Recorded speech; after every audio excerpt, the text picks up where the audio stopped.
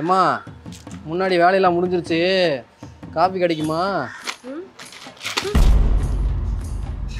இப்படி நீங்கள் உங்கள் வீட்டில் ஏதாவது கேட்டு இப்படி கோவமாக போனாங்கன்னு வைங்க, பெருசாக பஞ்சாயத்து இருக்குன்னு அர்த்தம். எதுக்கு கொஞ்சம் தள்ளியே வைப்போம். ஒரு காஃபி கேட்டதுக்கு எவ்வளோ நேரம் ஆகுது, வரட்டும். ஏங்க நீங்க பண்றது கொஞ்சம் கூட சரியில்லை. நல்லா தானமா கூட்டினேன். இது என்னது பில்லு? அது எனக்கு தெரியாதா? மாசம் பிறந்து 10 நாள் கூட ஆகல, அதுக்குள்ள இவ்வளவு காசு செலவு பண்ணிருக்கீங்க.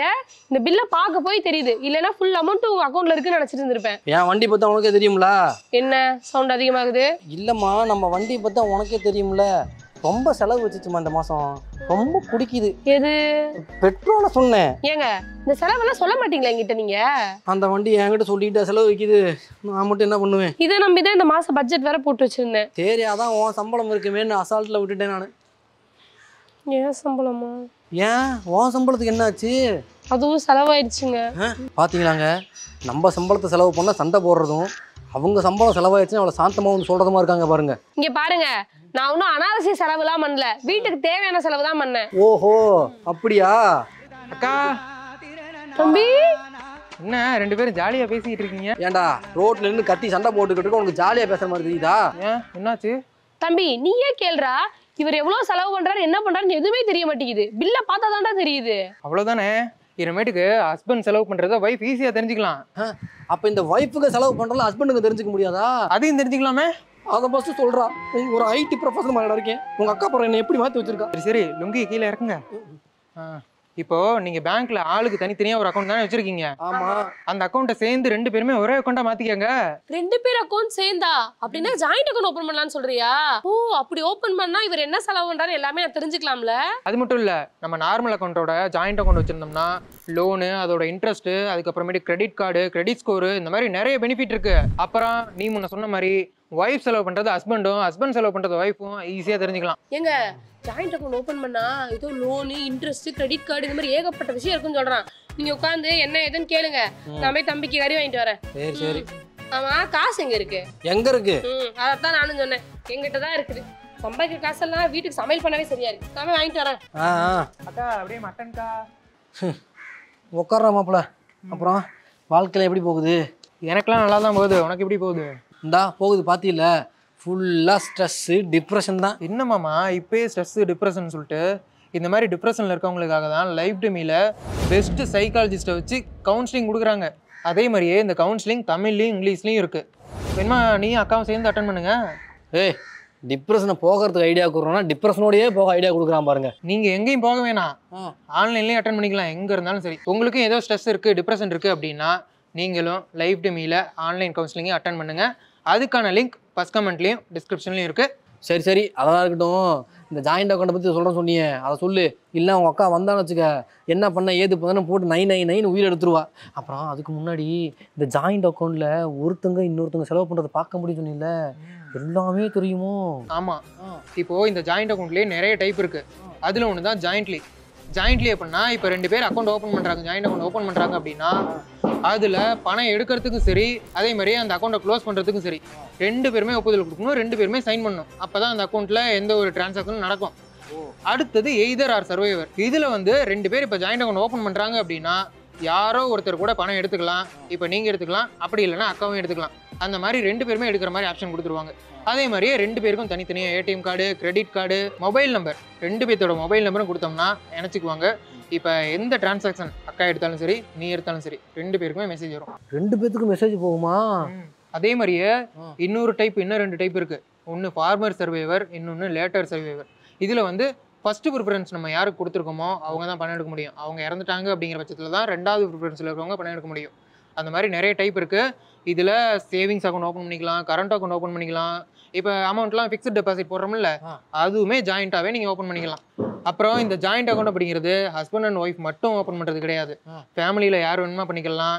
அதே மாதிரி இப்போ கூட்டாக சேர்ந்து பிஸ்னஸ் பண்ணுறாங்கன்னா அவங்களும் ஓப்பன் பண்ணிக்கலாம், ஃப்ரெண்ட்ஸ் ஓப்பன் பண்ணிக்கலாம். இந்த மாதிரி அதுக்கு அதிகபட்ச லிமிட் எதுவுமே கிடையாதுன்னு ஆர்பிஐ சொல்லியிருந்தாலும் பேங்க்ல எல்லாம் அதிகபட்சம் 4 பேர் ஓப்பன் பண்ணிக்கலாம் அப்படின்னு சொல்கிறாங்க.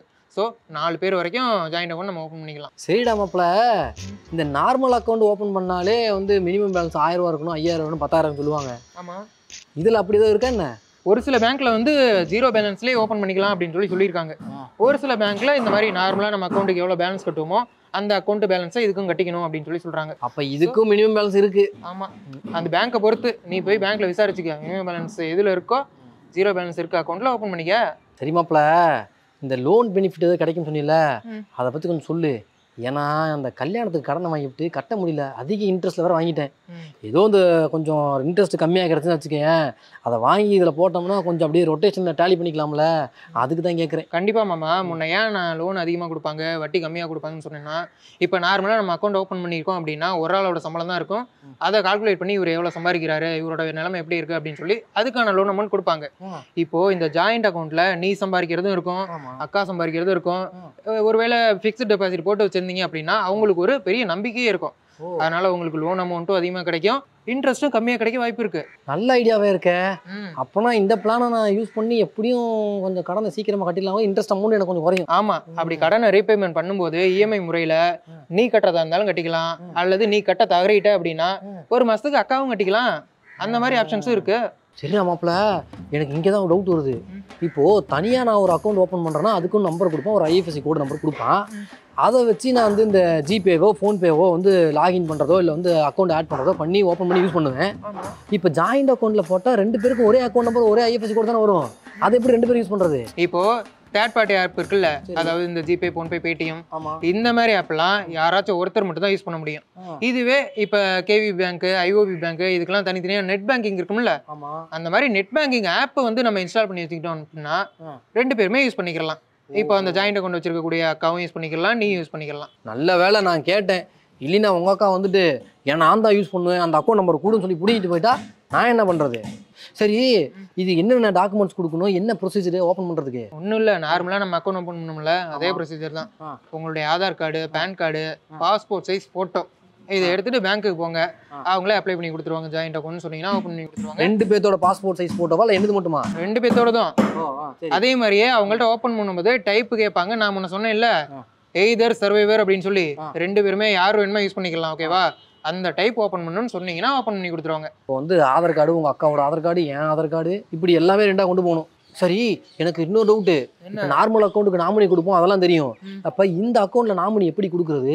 அப்படி ஒருவேளை ஜாயிண்ட் அக்கௌண்ட்டில் இருக்க யாரோ ஒருத்தர் ஏதோ ஆகி போச்சு அப்படின்னா அந்த பணமெல்லாம் சரியாக அவங்களுக்கு இன்னொரு நாமினிக்கு இருக்குது, நாமினியாக இருக்குங்களுக்கு சரியாக போய் சேர்ந்துருமா? என்ன கணக்கு?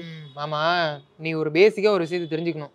நாமினி அப்படிங்கிறவங்க வேற, லீகல் வாரிசு அப்படிங்கிறவங்க வேற. இப்போ ஒரு பேங்க் அக்கௌண்ட்ல நம்ம கொடுப்போம் நாமினின்னு சொல்லி. இப்போ அண்ணாமலை அப்படின்னு சொல்லி ஒரு படம் பார்த்தியா, ரஜினி படம்? அதுல வந்து அவங்க அப்பா அந்த பணத்தை எல்லாமே ஒரு நாமினிக்கு கொடுத்துருவாரு. அவர் பேர்ல இருக்கும், ஆனா அவரால் செலவு பண்ண முடியாது. அவருடைய லீகல் வாரிசு யாரோ அவங்க தான் செலவு பண்ண முடியும். அதனாலதான் அவரு ரஜினிகிட்ட அந்த பணத்தை ஒப்படைப்பாரு. அந்த மாதிரி ஒரு பொசிஷன்ல இருக்கவங்க தான் நாமினி. அதனால நாமினியே பணத்தெல்லாம் எடுத்துருவாங்கன்னு கிடையாது. லீகல் வாரிசு யாரோ அவங்க தான் எடுக்க முடியும். ஆனால் பேங்க்கில் பொதுவாக நாமினி அப்படிங்கிறவங்க நம்மளுடைய லீகல் வாரிசு ரத்த சொந்தத்தை தான் கொடுப்பாங்க.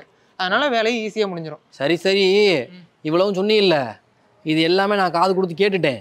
உங்கள் அக்கா வந்து என்கிட்ட கேட்பா, நானும் அச்சு பிறலாமல் அப்படியே சொல்லிடுவேன். ஆனாலும் சந்தேகப்பட்டு உங்ககிட்ட வந்து கேட்பா, சொல்ல ரெடியாக இருந்துக்க. இவங்க பிரச்சனைக்கு நம்மளை டிப்ரெஷன் ஆக்கிடுவாங்க போல.